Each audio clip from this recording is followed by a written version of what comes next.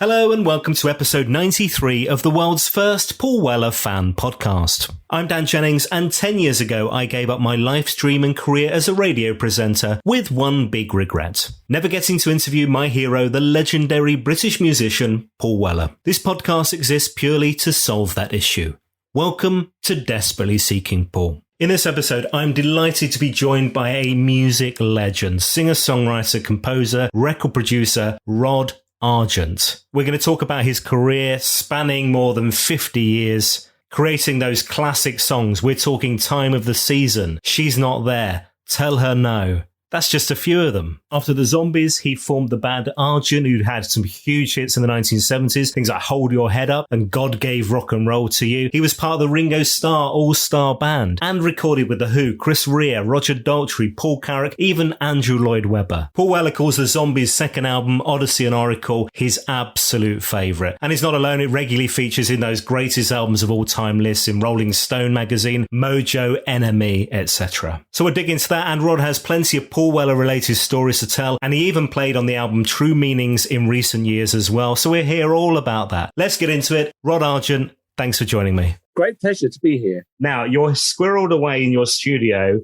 making magic at the moment? Well, yeah. Well, I hope we've just finished making magic, because with this ridiculous, 2.5 years that we've just all been through, and particularly with the way that recently we've liked to go back to recording, which is to try and get everybody in the same room at the same time, so things aren't just layered and done in a more mechanical way, so that people can hear absolutely at the instant what everyone else is playing. We're always with Colin doing a guide lead so that we can relate to what he's doing at that particular moment, and he can relate to what we're doing, going back really to the very earliest times that we used to record, because there is a certain magic about having that cross-collateralization going on. And that's been particularly hard, particularly because our bass player now is in Denmark. So we have to get him to fly over. And we've had to abort 2 or 3 times. We're just about to go on tour for an American tour. We've got 2 American tours this year, and the first one is just about to start.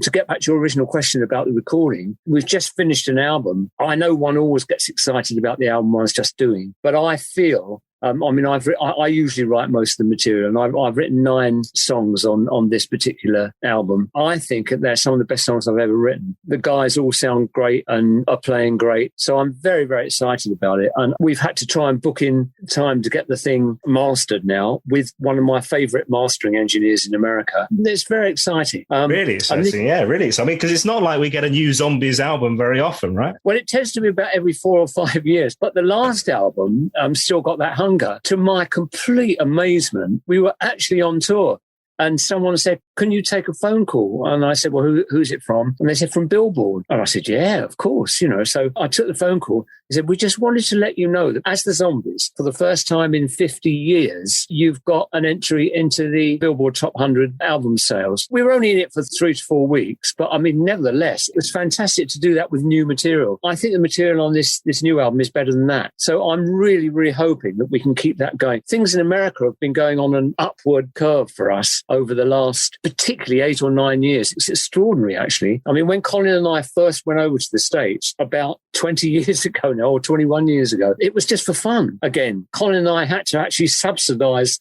the original tours over there as a reincarnation, but we just about broke even, so that was okay, and it was cool. And we were 21 years younger then. But we enjoyed it. Outside of New York and Chicago and Los Angeles, where we did always have big audiences, we were playing to, I remember one gig in Georgia, we played to about 12 people. But play Georgia now and anywhere down south, and we get rammed audiences, and we play big places now. And of course, we were inducted into the Rock and Roll Hall of Fame in 2019, which was unlooked for, really. It was fantastic. Things have been great in America, and it's one of those things that when we're in the UK, we're probably less successful here than anywhere else in the world, but it's just one of those things. But anyway, I'm really, really not complaining. The business has been very kind to us, because a bit like Paul, I've got to know Paul a bit, actually, over the since 2008. That was the first time I met him. When we got together, and for the very first time ever, we did a performance with all the original musicians, plus our current band as well, so that we could have every harmony and every overdub that was on the original Odessey and Oracle album. It's pretty well known that Paul has often said that it's his favourite album of all time. The thing that amazes me with artists like yourself and with Paul, you have this similarity in the sense that you're always wanting to push forward. I mean, this is 60 years pretty much now in the industry for yourself. And you're not just relying on the greatest hits. You want to keep driving forward, want to create new material, new music, yeah? That's the only reason I'm doing it. That's the only reason I ever got back together with Colin, apart from the fact that we've stayed friends all our lives. It was just simply because it's a way of continuing to create. And I think it's a huge privilege to be able to actually get out on stage with stuff that we've just created and get a real response from the audience from it. You know, I've got nothing against vintage bands who only play their old material. That's fine.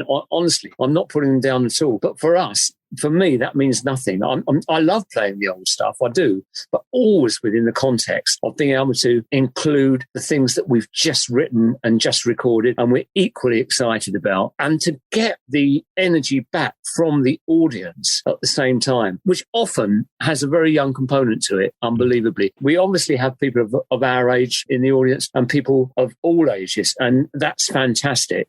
But we always have a young component, and we always have young bands who come back to us. And it's very invigorating and very rejuvenating. And honestly, I'm sure Paul will tell you the same thing as well. When you're on stage playing, there is absolutely no difference in your energy levels to when you were 18 years old and the energy that you're getting back from the audience. And I don't think there's another profession in the world that will give you that. Yeah, I love it. That's such a lovely sentiment, isn't it? Obviously, this is the Paul Weller Fan Podcast, so we're going to weave in some of these stories as we go. I'd love to understand when it was you first became aware of Paul Weller and his music. Well, the first time I became aware of Paul and his music was with the Jam. Basically, I didn't like the punk movement at all, but the one band that I did really, really like was the Jam. And I always remember hearing Start. I remember thinking, my God, that's the same sort of feeling I got when I heard Taxman. Yeah. You know, it had a very similar groove to Taxman. He's hitting with all the energy of someone who's just coming on the scene, and with all the huge energy you have when you first come onto the scene, and that energy comes over beautifully.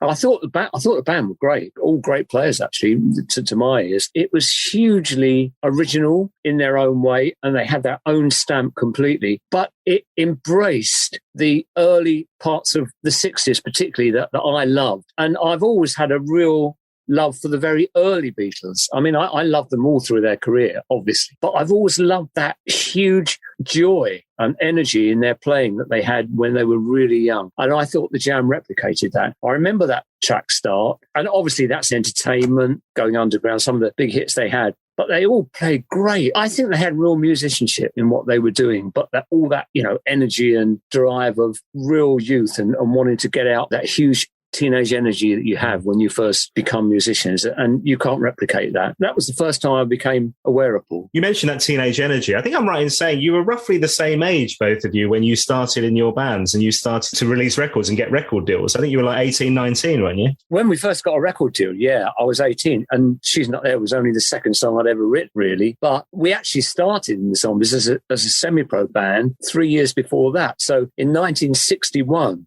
was when we had our very first rehearsal. It started out with, I was the singer, and I wasn't going to play piano at all. I thought that wasn't very hip at that time, so we're going to be a guitar band. I met Colin on the first rehearsal. I was desperate to form a band, and I got a group of players together within 2 weeks after hearing our guitarist at school playing in a folk club and just thinking that he had a nice groove to his playing, even though he was just playing folk acoustic things. And I have to say, actually, just off the top of my head, I think Paul is a very fine acoustic guitarist. He's got a really great groove and great musicianship naturally about how he plays. And when you write a song like She's Not There, yeah, do you know immediately you're onto something? Did you think, because that's still a song that gets played and played and played these days, isn't it? The airplay for that track is ridiculous. There are two things about She's Not There. Firstly, I would say that with the, and this is something I've often said actually, with the naivety and ignorance of youth, you don't know about any of the pitfalls at all. You soon learn about them. but you don't know any. When you start, you think, yeah, I can write a song that's as good as the Beatles. And, and you just write it. And then I thought, yeah, Colin will sound great singing it, and we'll record it, and it's going to sound fantastic, and it's going to be a hit all over the world. And unbelievably, it was. If only everything was so easy as that, right? Well, exactly. Well, in this business, when you get a hit, it's the easiest thing in the world. And when you haven't got a hit, it's the hardest. It's really a weird thing. I've since learned that you can go into a recording studio and you can get a sound that's not good, an engineer that's not really top quality, and for some reason or other, the band doesn't gel with how you hear it, and you're not on the same page, etc., and it just all falls apart. But it all went like magic with that first recording. It really did. And it went to number 1 in Cashbox, which was actually the biggest magazine at the time. I remember the Beatles saying, we're number 1 in Cashbox. We were number 1 in Cashbox, and about number 2 in Billboard, I think. Might have been 3. I can't remember. We even made the 9 o'clock news. I remember phoning up my mum. I still lived at home. I was just 19 years old, and I was in America, and I phoned home, and that was a big deal in those days. It wasn't like now, how easy it is now. And she said, oh, you've just been on the 9 o'clock news. And I thought, oh my God, what have I done? But she said, no, you're the first band after the Beatles with the self-written song from England to ever top the American charts. And I thought, wow. And it just made me think that 8 years before, my whole world, along with many other English rock and roll musicians, my whole world had been completely turned around by hearing Elvis sing Hound Dog. And then for 3 years, and I've still got these records on my jukebox now, I wanted just that first 3 years worth of Elvis's records when he was on the Sun label, and when he had that wonderful high black infused voice before he became a little bit of a parody of himself. I still think he sounds transcendent from those days. That's all I wanted to hear. But anyway, he seemed like a being from another universe, let alone planet. And I thought, there's no way anyone in England could really have anything to do with this magic, but I have to get a little bit of English version of it, And so we formed the band. And then many years later, I learned that Elvis had 3 of my songs at that time on his jukebox. That was something which was like magic to me, and it still feels like magic to me. It was like a charmed time. And then because of the way we were managed, in the UK, they put out absolutely the wrong second single. None of us wanted that single to go out. We thought it was very limp, and it wasn't a hit at all. And that sort of killed things in the UK for us. But in the US, they then didn't put that out. As a follow-up, they put out Tell Her No, which was a top 5 record in itself in America. So that was a good follow-up in the States. And then we started to have a better deal then. But we were on tour with many great artists, a lot of great soul artists, some of them our heroes. We were on stage with Patti LaBelle, with Benny King, the Drifters. We thought they were going to hate us, but they didn't. They really took us to their hearts. It absolutely amazed me. We used to have night after night, we used to have chats with Patti LaBelle, and she used to tell us about this new kid on the block, Aretha. You've got to listen to her. You've got to hear her. And she'd talk about the music in the black churches where she grew up. And it was just like magic, for a 19-year-old kid. It was just absolute magic. And I had a huge enthusiasm for music. Even at that time, I wanted to stay in music all my life. And I'm sure that's something that Paul feels the same way about. Having got to know him a bit, I'm sure that he feels the same way about music as I did. We probably had a different way of growing up in different places. But, I do feel things in common with Paul, actually. I'm going to read you a bit from, this is BBC News back in 2010, I found this. And, okay. and Paul's mentioned this so many times over the years and how much he loved that second album. At the time he said, the Zombies made one of the all-time greatest records in Odessey and Oracle. It came out in 1968, and by the time it came out, I think they'd split. No one bought it at the time. It was a fantastic record. All of the albums that get some kind of recognition from that period, they always seem to get overlooked. The first time I heard it was in the mid-70s, and it just blew my mind. When was the first time you heard that Paul liked this? Because it's not that everybody was shouting about that album, was it? Not at all. I mean, I don't think I really knew that for many, many years. And then someone told me the story about Paul buying the album for people that hadn't heard it, and he would go out and buy it for them. It was many, many years later. We thought it was the best we could do at the time, and it was a very important album for us because when we knew we were going to break up, Chris and I said, we have to do one album and produce it ourselves because we have to get our own ideas of how our songs, for better or worse, of how our own songs should sound, because they were not transmitting to singles by that time. They just, in our mind, we were so disappointed with how each record was turning out because we'd be very excited about it and we go in to record it. Some of the demos we preferred to the the final recordings. So we recorded it ourselves and we thought it was the best we could do. We really did. But we weren't expecting very much from it. But there again, our reason for doing it was that we really, really wanted to get our material out there in the way that we felt it should be heard, rather than say we have to, just earn a buck by getting a hit record. We never, ever went in with a song and said, okay, what's a big hit at the moment? Oh, we've got to get to the chorus in 30 seconds, otherwise nobody would play it. We never did that. We've never done that all our lives, and we still don't do that. We always just get ourselves excited about a musical idea and follow it through. And again, I think Paul does that too. When he broke up the Jam, there was huge commercial mileage still in it, but he wanted to spread his wings and see what he could do in different areas of rock and roll or popular music. So again, I feel a little bit of something in common with Paul with that as well. In the short term, that can often be the worst thing for you, because people rail against it and they say, oh, this is terrible, this is not what they should be doing, etc., etc. But if you do it honestly and you get something worthwhile, then in the fullness of time, people sometimes discover it and the reality of it comes through, and then it can become the biggest hit. And that's what happened with Time of the Season. Time of the Season was the last gasp, even though Al Cooper was desperate to have it released, and he was an A&R man by that time with CBS, with Clive Davis. They didn't think it was commercial, and they said, okay, all right, okay, we'll put it out, but this is the last thing from that album, then we'll have to move on. And they put it out, and for 2 or 3 months, nobody played it except one guy in Idaho, in Boise. There was a DJ who's only recently been identified, apparently. Brilliant. I can't remember who he is. Brilliant. But he played it. And in those days, everyone's used to hits. You have a 2-week window to get a hit these days. But in those days, things could be slow burners. And he played it. Gradually, like stones in a pond, the ripples went out and people started to get turned on to Time of the Season, and suddenly it caught fire and it raced up the charts. And again, it was number 1 in Cashbox. And strangely enough, it became number 1 50 years later. To the day was when we got inducted into the Rock and Roll Hall of Fame. So that was a very weird happenstance that's what happened. But anyway, and in the long term, it worked out for us because we got something that we hadn't made any concessions about. For God's sake, it was an album with 2 long solos in it, a solo in the middle. We opened with a prison song. Yeah, exactly. Yeah. And it worked out for us in the end. And it was only a little while that the album was released after the Beach Boys' Pet Sounds. And of course, the Beach Boys' Pet Sounds did better than ours in the top 100 at that time. It wasn't a big hit, but nowadays it sold millions. And Odessey and Oracle still, these days, year after year, sells more than it ever did, even when Time of the Season was number 1. It has had longevity. And it's always in those lists, isn't it? So you read like the Rolling Stone magazine, 500 greatest albums of all time, the Guardian, Mojo, 100 greatest albums ever made. That's remarkable, but it was like you say, it was a real slow burn. Was there a time when you realised that actually this was a popular album? How soon later was that? It was a long time later. I remember Chris White phoning me up. It was at a point when his kids were at university.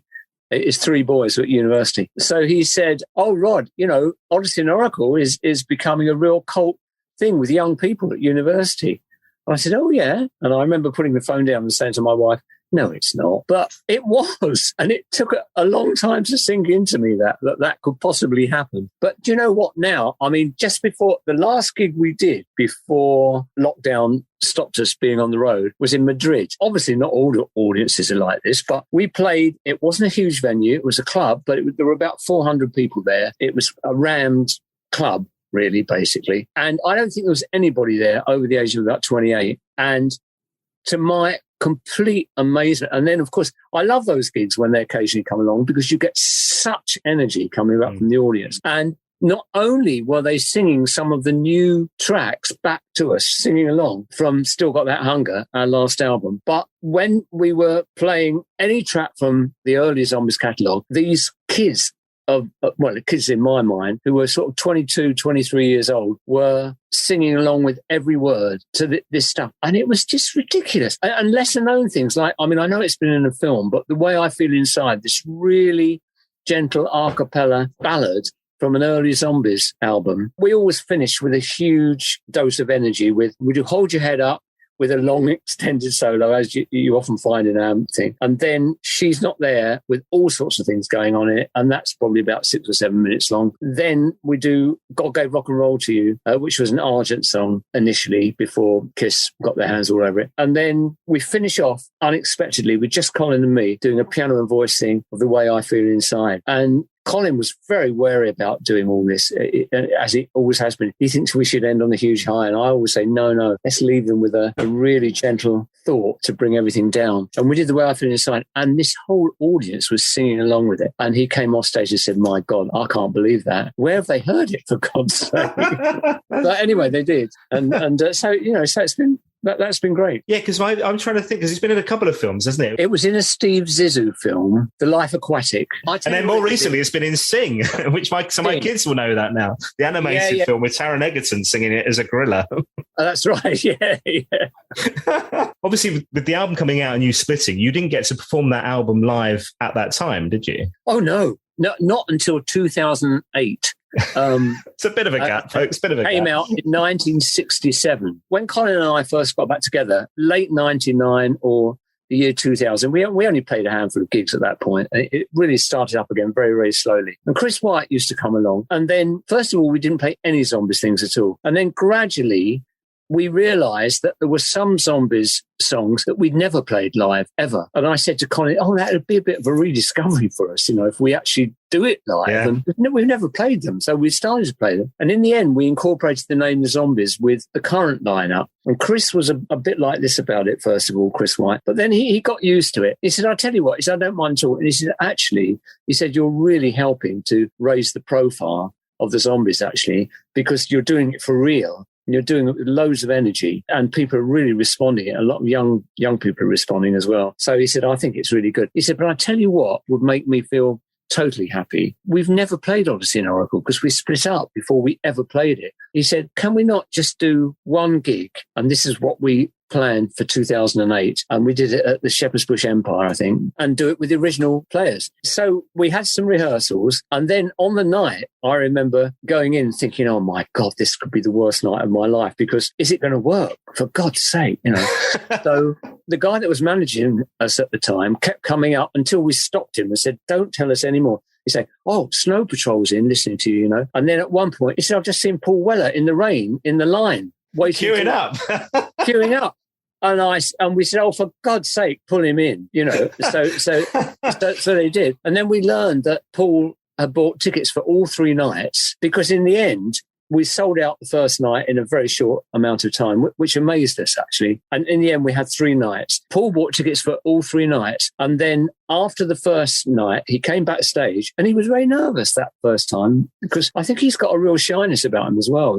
It was lovely to meet him. That was the first time we met him. And he was, hugely full of praise and everything. And on the second night, he couldn't get there on the second night, even though he got tickets. But we had the delivery of this huge magnum of champagne from him. And then he came along again on the third night. That was the meeting of Paul.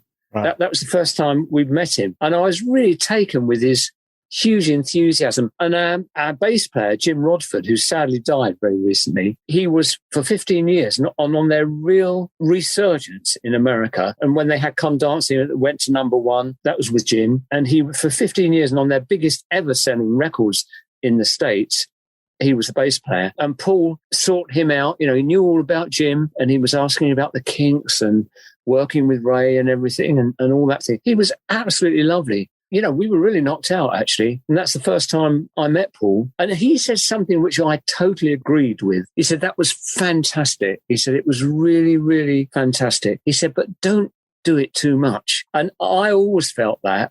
In fact, I didn't really want to do it any more than those 3 nights. But everyone else, the pressure was great for the following year to take it around the country a little bit, which we did. For me, that started to lose a little bit of it. And then we never thought, because it was such a big production, because for the first time when we recorded Odessey and Oracle, we had more tracks than the original sort of 4 tracks that we used to record. So what we would do, we didn't have much money, so we would prepare things really minutely and we'd know what we were doing. But then after we'd done that, and we normally recorded the track in about an hour and a half or something. And then for the rest of the session, we had these extra 2 or 3 tracks that we could do anything spontaneous. And I remember with Time of the Season, it started off with just a backbeat and that lovely, I mean, we had rehearsed the bass and the tom-tom, boom, boom, boom. You know, we'd rehearsed that and that worked beautifully. But it was just boom, boom, boom, boom, boom, boom, and the snare doing that. And then as we came back in, I said to Hugh, do you know what? I said, I can hear a clap before each backbeat and a just after it. I said, do you think it's worth trying? He said, go in there and try it. It was one take. We just went in, you know, so it went ba-da-dum. And that became a signature of it, but we didn't think anything of it. Yeah, brilliant. Those moments like that are so special. It's great. Well, I know. So we had that combination, and on lots of the tracks, that sort of thing happened. And often with extra harmonies. Like we'd worked out all the basic harmonies on Chris White's song Changes, which was very choral, but I heard a counterpoint line at the top. And I raced in and did that, and Chris liked it. So he said, yeah, great, keep it in, you know. And things like that were happening throughout. So it was that combination of minutely rehearsed, intensely rehearsed stuff, and then a little bit of spontaneous something or other, which worked really beautifully. But it meant when we did it live, the other thing was, it's a well-known story, but John Lennon's Mellotron had been left in the studio from Sgt. Pepper. And I just jumped on it and played it all over Odessey and Oracle. Without asking him, you know, I just did it. But then, of course, when we did it for real, we had to get another keyboard player. And by that time, we'd met Darian Sahanaja, who was with the Brian Wilson band. And we knew that he was a huge fan of Odessey and Oracle. He knew all the parts, all the Mellotron parts. So he played the Mellotron parts. We got the current band to do the extra harmonies that we put in on top of the original harmonies. So we had 9, 10 people on stage. And for us at that point, touring in the States, bringing 10 pieces over, having the extra transport and everything that's involved with it was very costly. So we didn't know if we could do it. But in the end, we got to the stage where we developed things and our management said, you can afford it now. Why don't we just do it? I said, I don't know. You know, we've done it. And he said, but not in America, you haven't. You should do it. He said, let's make this Odessey and Oracle's 50th anniversary year. He said, we'll do it this year and we'll never do it again. And I sort of conceded in the end and did that. But for me, that's done now. I'm very proud of it. I'm not sorry that we did it all. I just want to move on now. And because as you said right at the beginning of the interview, it's the creating of new things that is really essential, that feels vital to me, you know, feels like the reason that that was the reason we started this, you know, way back in 1961. And it's the reason we still get excited about things now. I remember, Paul, well, around the time of Sonic Kicks, a lot of people were doing the albums, like you say, like playing back their albums in full, bands like the Manic Street Preachers and Suede and stuff like that. And Paul said, I'm going to play my classic album in full, and it was Sonic Kicks. It was a brand new album. He played it at the Roundhouse. I think it was 5 nights in a row, but from start to finish, did that album. And you think, blimey, that's ballsy, isn't it?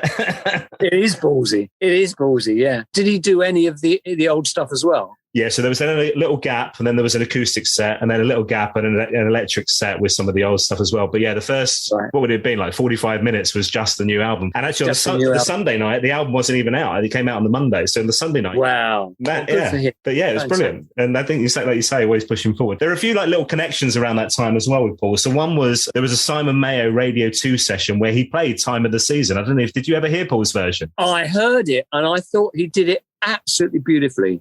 I loved it. Yeah, it's like when Dave Grohl did a version on a live album, I think, of, was it This Will Be Our Year? No, it was Unexpected. You know, I don't listen to an awful lot of Radio 2, actually, but I happened to have that on. And I heard it. I was just floored. I thought he did it beautifully. He's got such a musicianly sense. He really, really has. And, you know, it was just great to hear that. And it had all the bits in that you talked about, all the and all that, didn't it? Yeah. You can't really do it without that, I suppose, can you? Well, I suppose, yeah. And then we have to talk 2018. So Paul Weller, his 14th solo album, this absolute masterpiece, True Meanings. Oh, yeah. And you get to play with Paul. So here it is. I've got it here. I mean, look at this thing. I tell you what, getting the vinyl back again is such a special thing. Like an actual isn't record. It? Oh, my God. It's lovely, isn't it? Do you know what? The rediscovery of a present generation of vinyl is fantastic. And I do it all the time. I stream things all the time. But when you stream things, because it's so easy, you tend to... There are two things, really. If it's a track or a few tracks or a new album that comes out, you know, you'll stream it. And then you find yourself doing something else. because it's just there. It's just coming through and you don't have to do anything about it. So you get diverted. In the old days, it was such a moment when you bought a vinyl album, and because it's only 20 minutes the side, couldn't mechanically do it more than 20 minutes. So you put the side on and you'd sit down and you'd open up, and it particularly was a gatefold, and you'd find out who wrote each track, who the musicians were, and you'd have all this lovely artwork that you'd enjoy. It became something really pleasurable, the experience in itself, and you devoted yourself to it. And the other thing is that often when you stream things, it's so easy to just go, oh, I'm not so fond of this track, I wonder what the next track's like, and you just do that. When you play the album, you tend to play the whole thing. And sometimes the tracks that you like the least become your favourite tracks of all because they're slow burners. And then you hear everything within the context and the relationship of the whole album with itself. And that's very important as well. That context is so important. And a lot of young kids are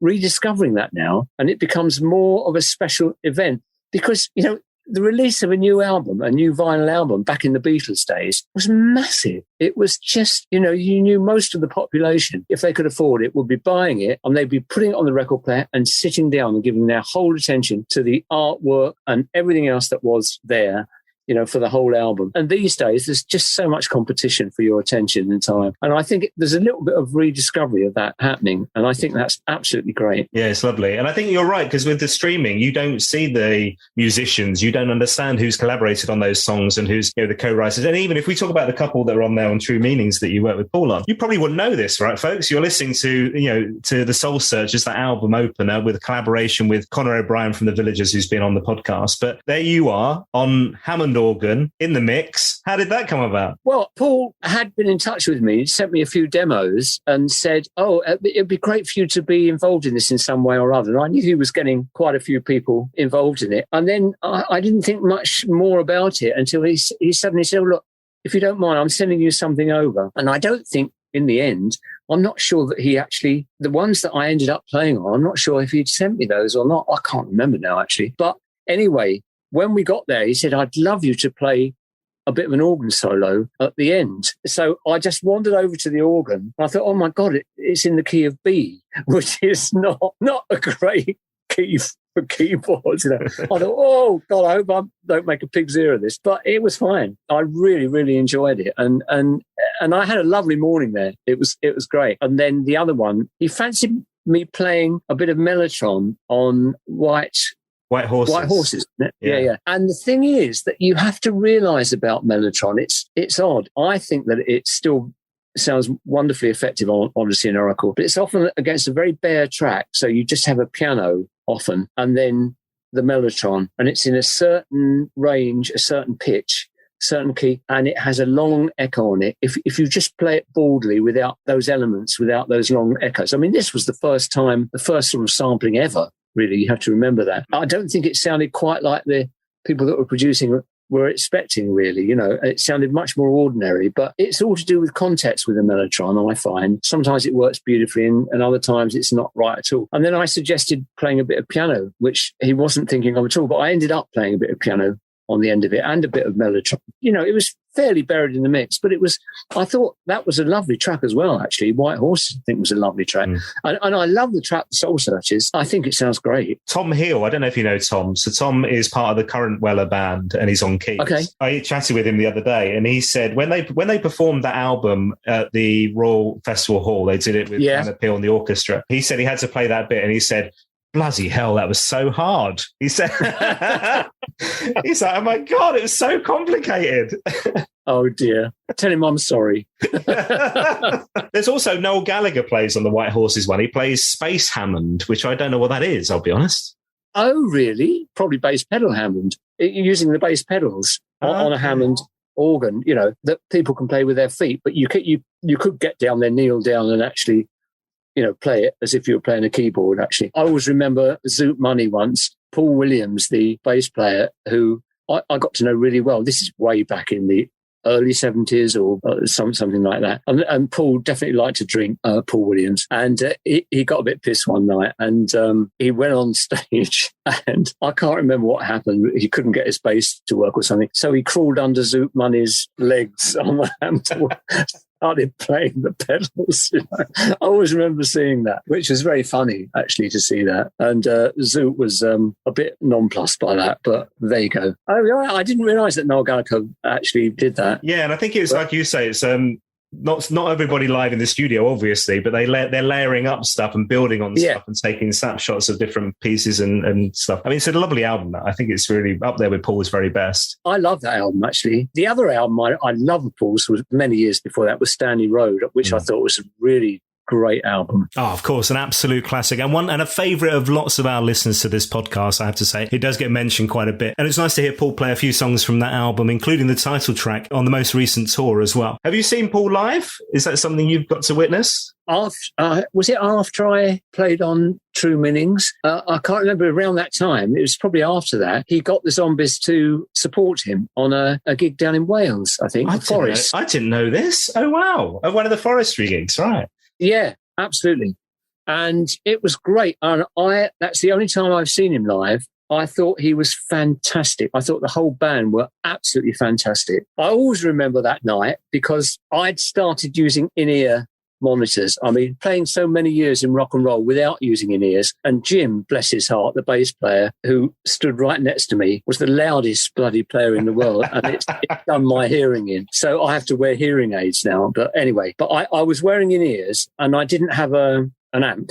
And then one of the leads came out of my in-ear monitors, and that's the only way I can hear. And it came about at the beginning of the solo in Hold Your Head Up, which is a really big moment for our live gigs. And people normally go, crazy about that. And so I was just doing it by sight, really. I was thinking, I'll never forget that. But it was great. He played for about 3 hours, I think. We waited and watched the whole thing from the side of the stage. I thought Paul and the band were fantastic. I thought he sang great. I thought he played great. At that point, I hadn't realised that he played piano and keyboards as well, and he played really well. I thought it was a really terrific gig. He was great on stage. And I'm guessing he was probably, flip side, he was probably at the side of the stage watching you guys, right, as well? I think they did watch it all, I think. Yeah, and the whole band did, I think. Yeah. It's funny you mentioned the in-ear monitors because the band Paul's band has just started using those on the last tour as well. Have they? Right. Yeah. And I guess it's a bit of a cheaper way of doing it as well. So you're not having to lug, loads of amps around it. I would guess is part of the reason too, I suppose. Well, I don't know. In America,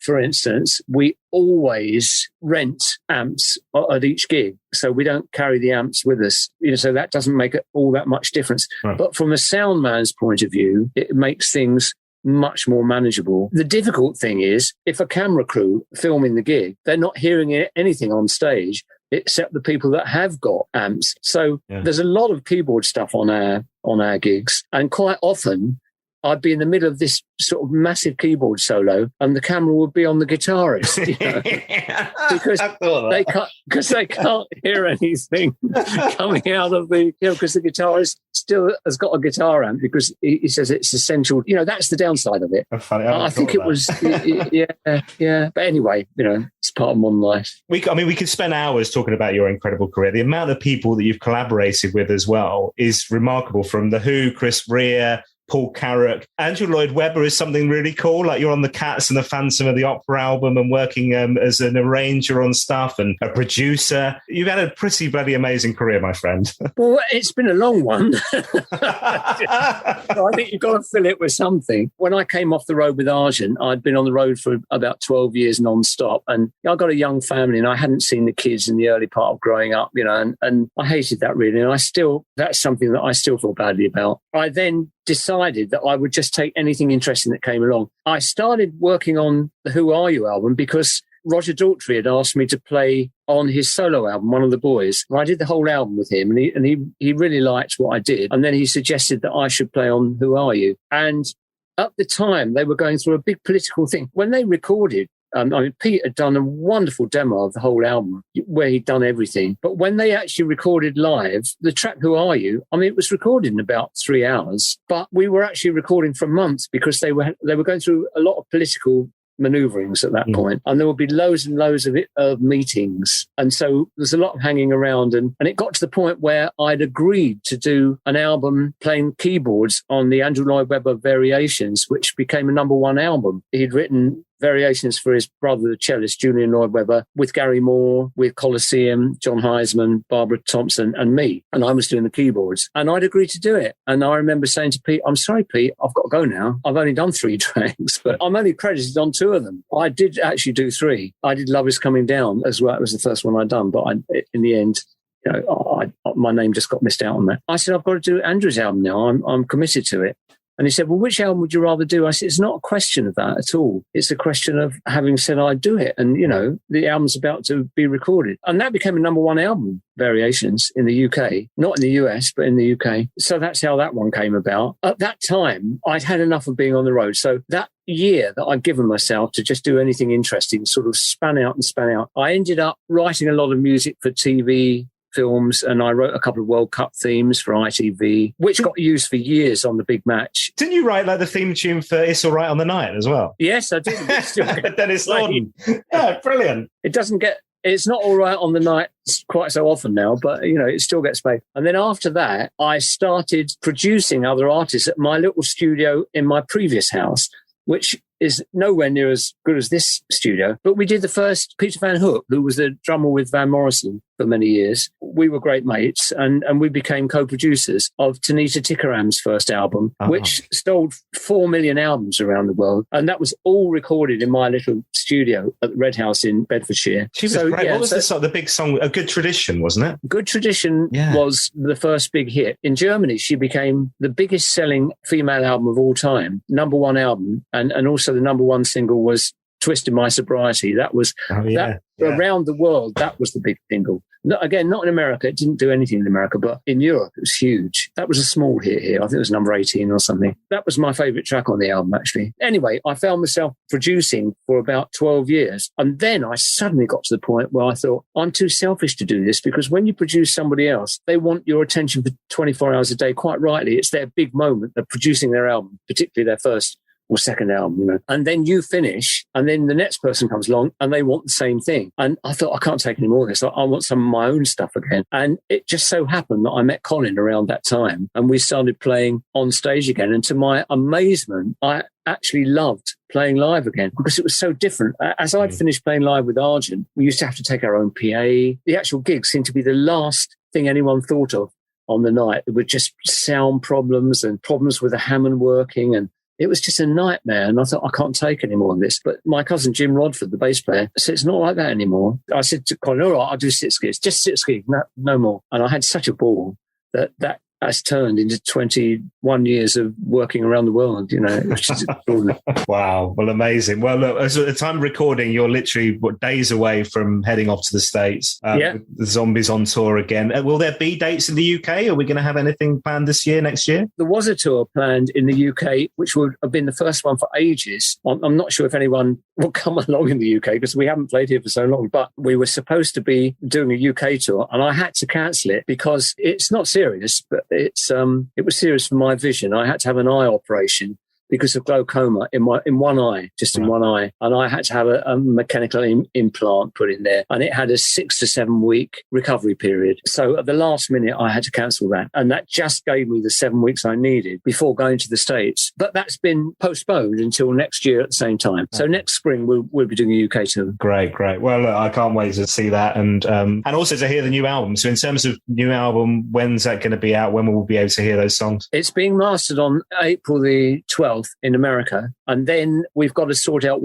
whoever's going to take it in the UK. I think in the US, things are more advanced, then it'll be out. But there won't be such a rush in the UK, although I'd like it to be out as soon as possible everywhere, actually, to be honest. And I can't wait for it to come out in America when we're touring at some point. We've got this tour in America for 5 weeks, and we come back for about a month. Then we've got another 5-week tour of America and Canada. And then we come back for a few weeks. Then we've got a tour of Scandinavia, Germany and Austria. And then that's it for the year, basically. And then the next one after that will be the UK. I mean, Colin and I are going to be 77 years old.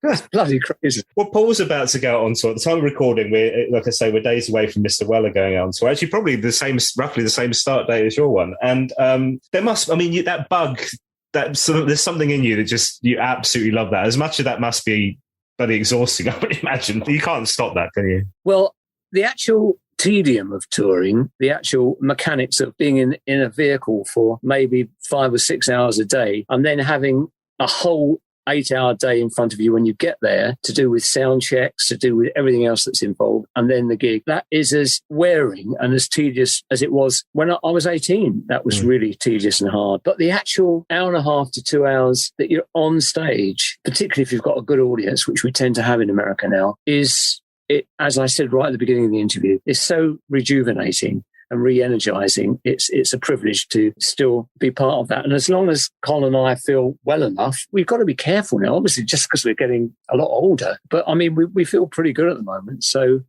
you know, fingers crossed. I hope it all goes according to plan. This has been so lovely to spend time with you. I have a couple of final questions for you before you go. So this is the Paul Weller Fan Podcast. You're allowed one Paul Weller song for the rest of your life. It can be the Jam, the Style Council, or solo. What are you going to go with? It's a very hard choice, actually, because there are so many phases in Paul's career, but I'm going to choose a solo one. You Do Something to Me. I actually put that recently. Billboard asked me, and along with lots of other people, to list my top 50 list of singles of all time, and they made a final list out of that, and I chose You Do Something to Me as one of the tracks on that. Why that one? What's so special about that one for you? I don't know. I just love it. I mean, as I said, it's a very hard choice to compare something like that with Star or That's Entertainment. They're ridiculously different, you know, but good on him for that. It's just beautifully constructed, beautifully played, beautifully sung. You know, it's just a great song. It's something that's always connected me. I remember the first time I heard that, I absolutely loved it. So it could be other songs, but that's the one I'm going to choose. As a keys man, I guess there's that connection too. I remember you mentioned earlier on, like, I think around Stanley Road for me, it was like, I didn't know that Paul could play the piano at all. And you were suddenly watching this gig and then suddenly, he puts the guitar down, wanders over to the piano and starts playing that one. It's such a lovely album. And I didn't realise until recently that Stanley Road had so many guests on it, like Stevie Winwood, you know, and Noel Gallagher and some great people. It's a lovely album. There's just something about that album it's very stripped down. It's very simple, but the groove on it is great. The soul within it is great. And the songs are great. It just really, really works. So that could be I don't know what a favourite album is because they occupy different spaces. What you love today might change tomorrow as well. And that, although Paul's been pretty clear that his favourite album all the time, all the way through, every time he's interviewed is your one. I know, bless him. He's been such a help to us, you know, in this country particularly. He really has, because he's been very forthcoming, you know, always with that enthusiasm. And he's stayed in love with music, and he's still got that original drive and enthusiasm and energy that he had right at the beginning for the right reasons. You know, he's not doing it to cash in. He's doing it because that's what fulfills his life. And you know, and I think that's a fantastic thing. It's very fresh. He's a lovely, generous guy. He really is. Rod, final question then. So the purpose of this podcast is not least to talk to amazing people like yourself who have these incredible careers and connections with Paul, but it's also for me to get the interview with Paul Weller that I never managed during my radio career. If it happens, and my goodness me, we're up to like episode 90 odd now, so it must happen at some point, surely. If it happens, when it happens, what should I talk to him about? Oh, God. What should you talk about? I think you should talk about, I mean, if you wanted to reference me at all, I would say, you know, one of the things that I'll repeat to you that I said earlier was that when I get involved in creating music, the thing that turns me on always is getting the glimmer of an idea, being able to follow it through and to hear it start working, and then maybe to work with someone else. It's usually with Colin for me, because I would always work with Colin, make sure that it suits how he feels and his voice. And I'm pretty good at knowing what the golden notes in his range and everything are now. So, you know, I know a few things like that. But we will always work to try and get excited about a germ of an idea and see it develop, and using the excitement of that. And I think that Paul is the same. And I think that's the reason for his having been in so many different styles of music in a way, but always the common factor, I think, is him wanting to feel the joy and excitement of seeing something musical in many different areas, and, you know, not being frightened to find that he's involved himself throughout his life in, say, you know, if he discovered jazz or even some classical music, and including those things and getting excited about the way that he feels they develop his musical personality. And I think there aren't that many people, musicians, who have got that. And I'm vain enough to think that I've got it. I mean, when I started out, I didn't think of us doing Shooting Up There as anything but being the sort of, in inverted commas, the Beatles. But in fact, people have often said, people from the Byrds and Pat Metheny, they've talked about the piano playing on that being modal and having a lot of jazz overtones. I never thought of that at the time, but it's because I'd listened to so much Miles Davis. Even while I was turned on completely by Elvis singing Lordy Miss Claudie, I would still be just as equally turned on by listening to a bit of Stravinsky or a bit of Miles, you know. And I think that Paul has got that enveloping, you know, he gets excited by music and he doesn't try and milk those influences, but they're there in his personality. And I think they come out in his personality when he's being honest and developing a musical idea. So if that means anything, I see that, if I'm right, as something that Paul's got that I identify with, because it's something that I've always had as well. Love it. That's one of my favourite answers yet. Rod, this has been so lovely. Thank you so much for your time. I really appreciate it, man. Pleasure. Thank you. Well, there you go. My thanks once again to Rod Argent. What an incredible career and back catalogue of amazing music, and a real pleasure to have him as a guest on the podcast. You can find more information in the show notes for this episode on my website, paulwellerfanpodcast.com. Thanks for listening. If you've enjoyed this episode of the podcast, you can show your support in a number of ways. Number 1, you can buy me a virtual coffee or check out our exclusive merchandise. Just head to the store section of my website. Number 2, you can leave a 5-star review wherever you get your podcasts. Make sure you subscribe and follow as well. And number 3, you can share a link to the podcast on your social media channels. It all helps to spread the word. You'll find me on social media as well. Get in touch on Twitter at WellerFanPod or on Instagram and Facebook, Paul Weller Fan Podcast. In the next episode, another legendary figure in the music industry joins me on the Paul Weller Fan Podcast. I am joined by promoter Tim Parsons to talk about his days with the Jam and the Style Council. Thanks for listening. I'll see you next time.